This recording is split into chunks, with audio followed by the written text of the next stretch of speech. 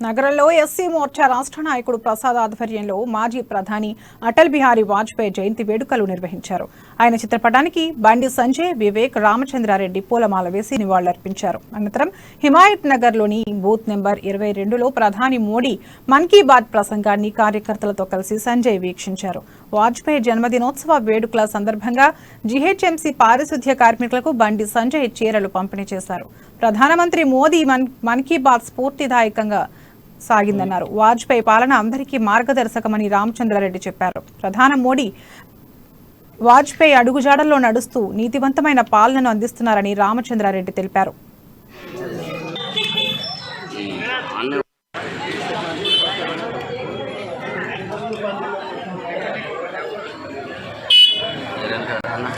జ్యోతి మాజీ ప్రధానమంత్రి భారతీయ జనతా పార్టీ వ్యవస్థాపకులైనటువంటి మాననీయులు శ్రీ అటల్ బిహారీ వాజ్పేయి గారి యొక్క జన్మదిన వేడుకలు ఈనాడు అతి వైభవంగా యావత్ దేశ విదేశాలలో భారతీయ జనతా పార్టీ కాకుండా భారతీయ జనతా పార్టీ అభిమానులందరూ కూడా ఎంతో వైభవంగా జరుపుకుంటున్నటువంటి కార్యక్రమం.